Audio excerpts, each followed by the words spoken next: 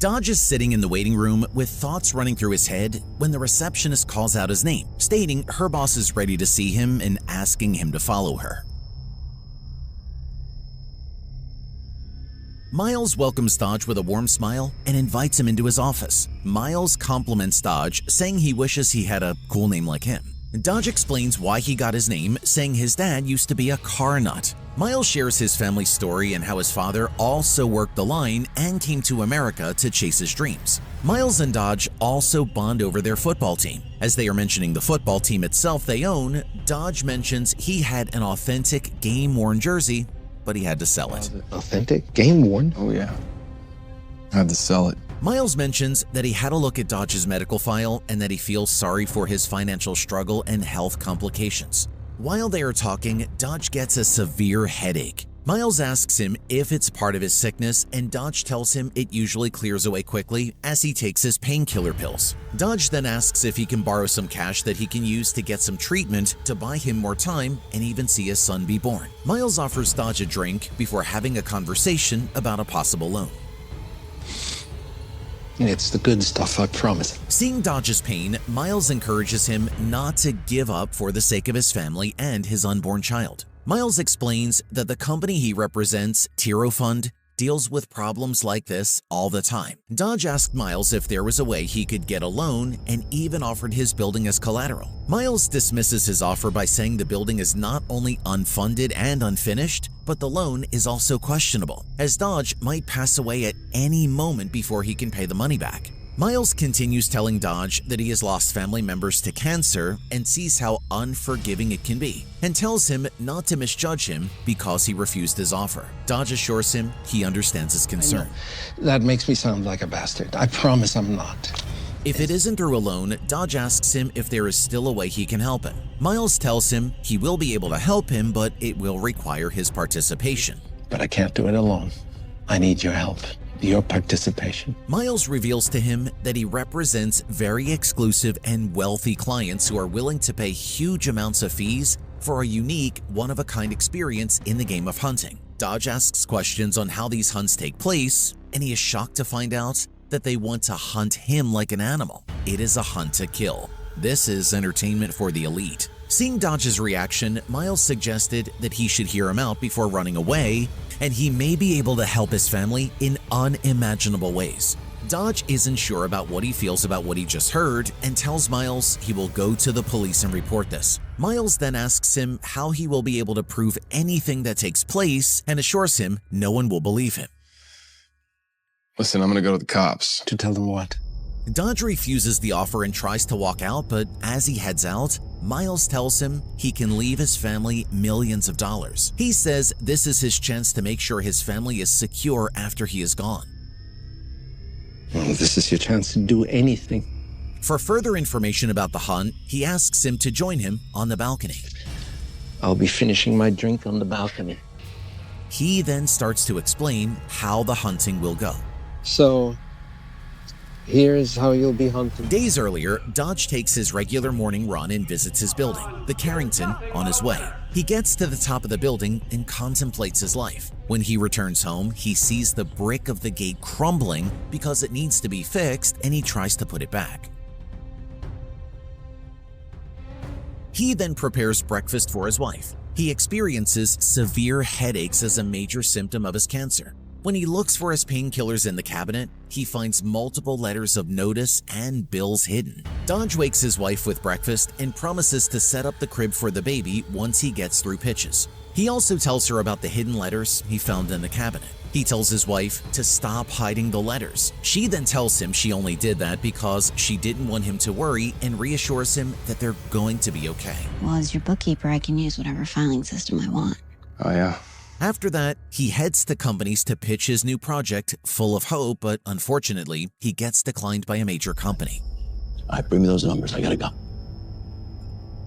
Later that night, while Dodge and his wife are out celebrating their soon-to-be-born son, Dodge storms out with a certain worried look in his eyes. I'll be right back. His friend follows him outside and asks him what the problem is. Dodge tells him he is worried that all he has to pass on is a mountain of debt. He invested everything he had in the Carrington. He also lost the money of those who invested in the building. They reminisce about Dodge's father's factory and the time they had there years back. Dodge's friend Luger reassures Dodge that things will be better and cheers him up. Look, man, better times are coming. Just hang in there. The next morning, Dodge does his regular activities like a morning run and cooking breakfast for his wife and heads to another company for the pitch. But on his way there, he gets an even more severe headache and falls in the middle of the street. Dodge is hospitalized and his wife rushes to his room, asking him what has happened. The doctors ask Dodge if he has been experiencing any headaches lately. He confirms that he has been experiencing severe headaches here and there, and they explain that they have discovered an aggressive tumor. It is malignant and because of its location, inoperable. He is told that he has many fewer days to live. As they leave the hospital, his wife suggests they try every option there is regarding his tumor. But Dodge tells her that they don't have the money for that, and that he has taken himself off the health insurance. I'm all right. While he is leaving the hospital, a male nurse is saddened by Dodge's situation and gives him a card suggesting he should reach out to this company, as they help sick people in trouble. Dodge tells Luger that he has weeks to live and breaks down in tears. I'm angry my son won't know me. Dodge sees the card that was given to him by the nurse and decides to go to the company, which he did.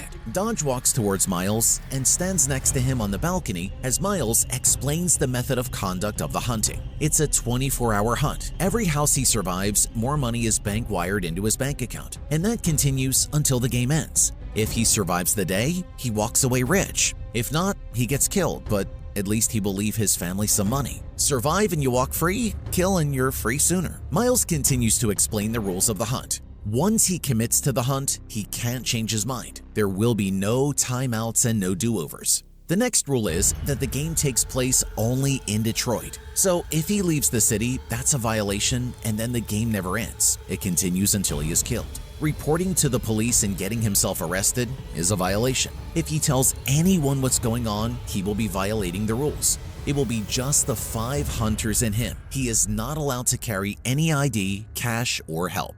As for the payment, at the top of the first hour, $1,000 is wired to his bank from an offshore untraceable account. The next hour, 100,000 deposits increase every hour until hour 20, which pays $1 million, and that increases by $1 million every hour after that. In the final hour, he will be paid $5 million, for a total of $24.5 million. Miles also mentions that no gun is allowed. He is given a cell phone that can only call Miles. Every time he makes it through another hour, the money is deposited and his phone chimes twice, giving up his exact location for the next 15 seconds. After that, he is dark again. They will be following him to make sure he doesn't drop it on a bus and take off because that's a violation. Miles then presents cash to prove that he is serious about the offer. Dodge refuses to take the money, but Miles gives him his number just in case he has a change of mind. After presenting his pitch to a company, Dodge gets refused again, and his dreams are shattered, not to mention his terminal illness. But I'm sorry to say you can't sell this one to me. I really wanted the numbers to He work. tries to make the investor understand his situation, but the investor tells him he will eventually figure it out and walks away. But trust me, it's never as bad as it seems. You gotta bounce back, kid. Desperately, Dodge goes to Luger to console him. Luger tells him to keep fighting for his son on the way. You got a son on the way, so you fight with everything you got. When he gets home, he tells her an offer was made to him from one of the construction companies he pitched to. He informs her that they will have money coming in and they will use it for the most aggressive drugs out there and experimental surgeries. Whatever it takes to keep him alive, he promises her he will not give up and that he will fight for all 3 of them. Are we gonna be okay? During the morning, he wakes up early and calls Miles to tell him that he has accepted his offer. When his wife asks him where he is going, he tells her he is going for a run and to go back to sleep. I'm just going for a run. Go back to sleep, okay? He walks into a diner where Miles waits for him. He informs him that he has less time as the game is from sunrise to sunrise, and daybreak is at 6:46. He then tells him to empty his pocket and leave his belongings, including his phone. Dodge feels hesitant about the whole situation, but Miles reminds him that his family will become homeless in a matter of months if he doesn't get the money. Just thinking maybe I should go home. To what? Miles tells Dodge to leave his fear behind and consider the money he'll leave behind. After Dodge hands over his belongings, Miles gives him his painkillers, strip searches him, and wires $50,000 into his account. He hands Dodge a phone with only 2 apps, one for calling Miles and another to track hourly payments, if he survives. The first payment is shown for the first hour. His wife wakes up and sees the crib has been set. She cheerfully reads the note he has left, not knowing where he is. I love you both forever. Miles gives him a set of tips that will be able to help him out. He tells him crowds are his friend because hunters don't want to kill him too publicly in order not to get recognized and charged for the crimes. He also tells him not to trust anyone and to keep moving no matter what. Next, he reveals the most shocking fact, saying all 5 of the hunters are in the diner waiting for the right time. The hunt begins as the phone beeps and Miles tells him he has a 3-minute head start so he can pick up different faces from the diner. But the hunters might have escaped into the back for all they know. Dodge then runs away from the diner, paranoid. He starts running and gets inside a bus. Fare? $1.50. Even though he didn't have any money, he convinced the driver that he takes this bus every day and that he left his wallet today. As the bus is about to leave, a man stops the bus and gets on it. The man sits beside Dodge, but Dodge has already started feeling paranoid and suspicious of the guy, so he stops the bus immediately and runs away. Stop the bus! Stop the bus! I need to get off! His wife is at the house when she sees a deposit of 50 grand in their bank. She calls Dodge to let him know. I'm sorry, your husband can't come to the phone right now. On the other hand, Miles is on the phone with a person who follows Dodge and reports back to him. Miles traces Dodge's location and assesses every move he makes. He's hardly 50 yards behind him. Come on, Dodge, don't make me look bad. Dodge walks on the street with caution as he doesn't know what will happen in the next minute and who will attack him. He notices a car is following his movements and tries to run away from it as several gunshots are fired in his direction. After escaping the car, Dodge remembers Miles's advice and decides to go to a public place with a lot of people.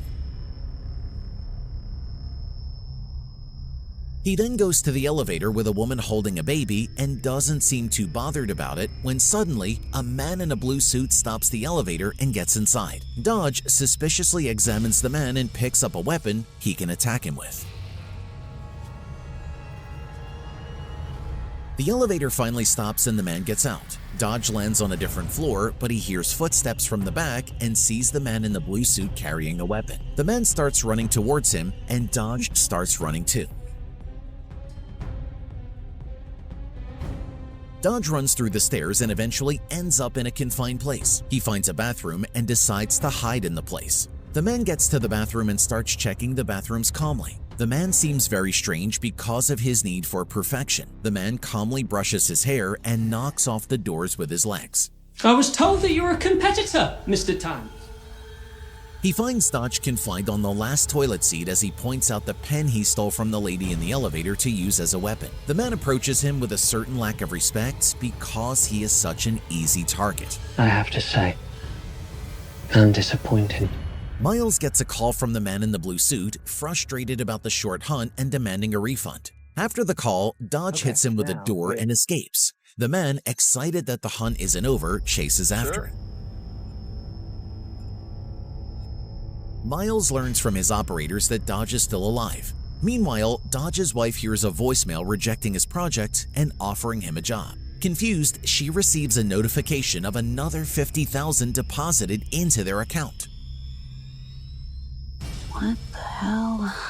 Dodge blends into a crowd as his wife calls, demanding to know the source of the hourly deposits. As he tries to leave the building, a man with a knife grabs him from behind, urging him to walk quietly. Dodge's wife calls Luger and tells him what's happening. She tells him about the hourly deposit that Dodge claims to come from the deal with the company, but she learned that the deal didn't exist in the first place. His wife is worried about the situation because she can't get in touch with him. Dodge said it was from this deal that I just learned doesn't exist, and now I can't get in touch with him. The man holding a knife leads Dodge to the escalator. The man in the blue suit runs towards them and sees they're heading up using the escalator, so he dismantles the elevator.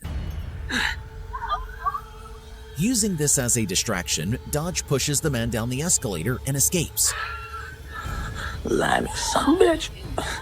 The man in the blue suit follows Dodge as he escapes. The man who follows Dodge on Miles's order reports back saying Dodge has escaped from the two hunters and might after all have the potential to be a good hunt. Seems Mr. Tynes escaped Nixon and Reagan just a few minutes apart. Dodge falls into a confined spot after hitting a bike, with the man in the blue suit closing in. A nearby officer approaches, but the man calmly says Dodge is just rushing to his wife's ultrasound, holding up the scan that fell from Dodge's pocket. Yeah, I'm okay, sir.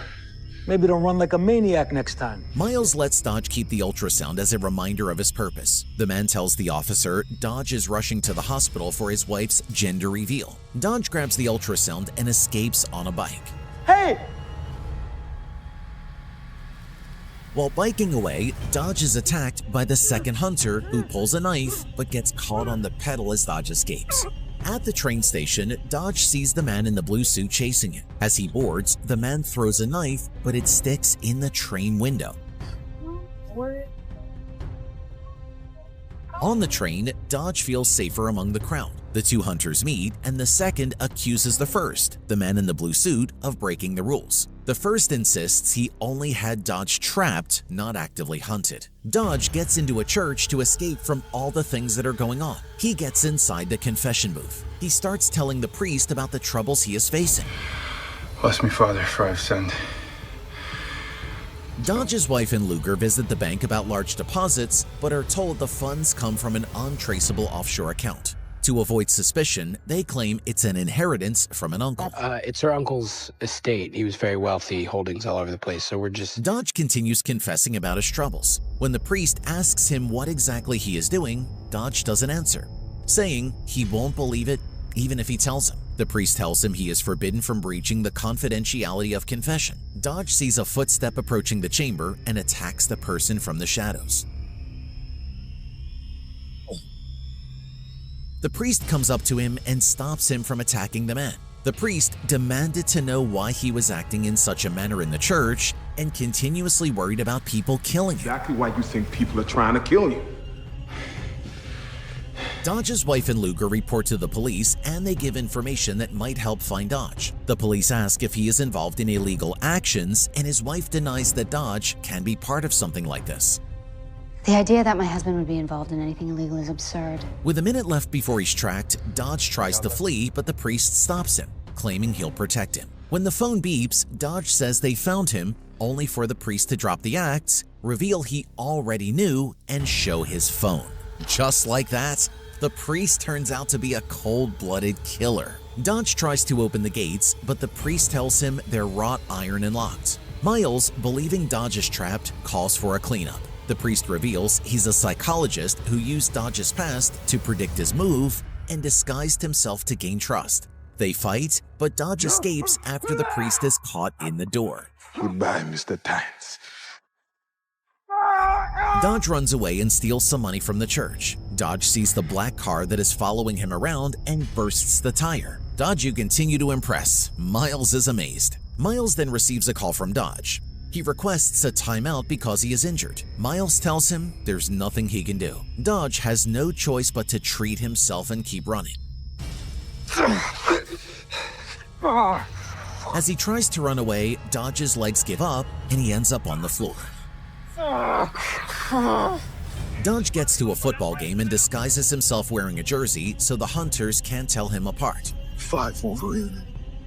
4 Wolverine. 3. The first hunter is unable to locate him because everyone is dressed the same. He finally sees him while he is fighting with a salesman about the jersey he stole.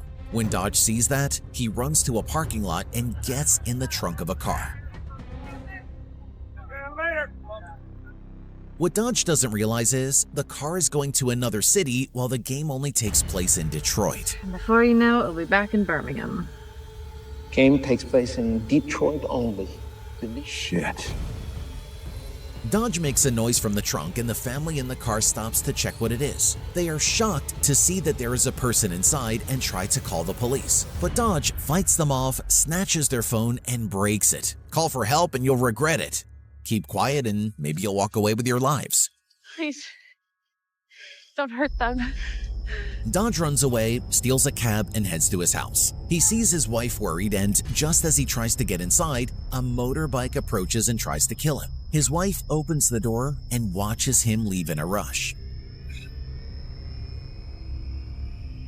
Dodge runs away, drawing the man away. The man on the motorbike slips inside the cab and tries to strangle him. Dodge gets out of the cab and sees that it is the priest from the church. He kills him instantly when he threatens to kill his wife. Dodge's wife finds Miles's office using his card, while Miles learns Dodge killed a hunter. Dodge steals a ticket, boards a tour ship, and loses the second hunter in the crowd. On board, a friendly waitress reveals she's a hunter, and they fight. Trust no one, especially when the enemy's already in plain sight.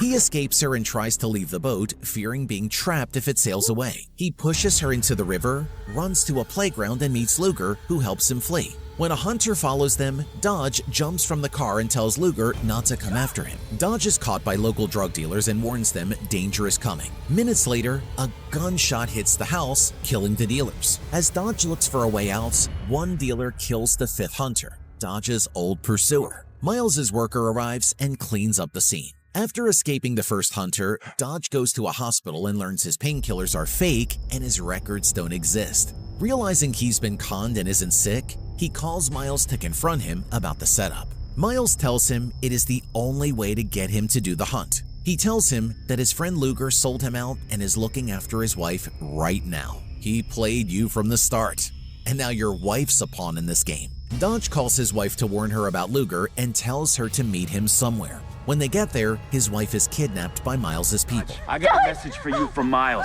He says finish what you started. Dodge goes to his father's old factory and sets up a trap for all the hunters.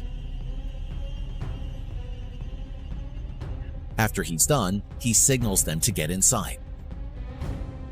He's inviting us in. When they get there, he takes them out one by one. He gets the hand of the second hunter cut. Luger comes to help him and proves to him that he didn't set him up by killing the hunter who posed as a waitress on the ship. Miles just said that to keep him paranoid. Finally, Dodge burns the place with the hunters inside and escapes to end the game. He threatens Miles's worker and gets the address of where they're keeping his wife. I hope you like irony, the Carrington. The first hunter appears to be alive and starts chasing him. Just as he was about to kill him, the sun rises and the hunter tells him the hunt is over and leaves. He is finally reunited with his wife and receives a call from Miles congratulating him as Miles moves on to the next target prey in mind.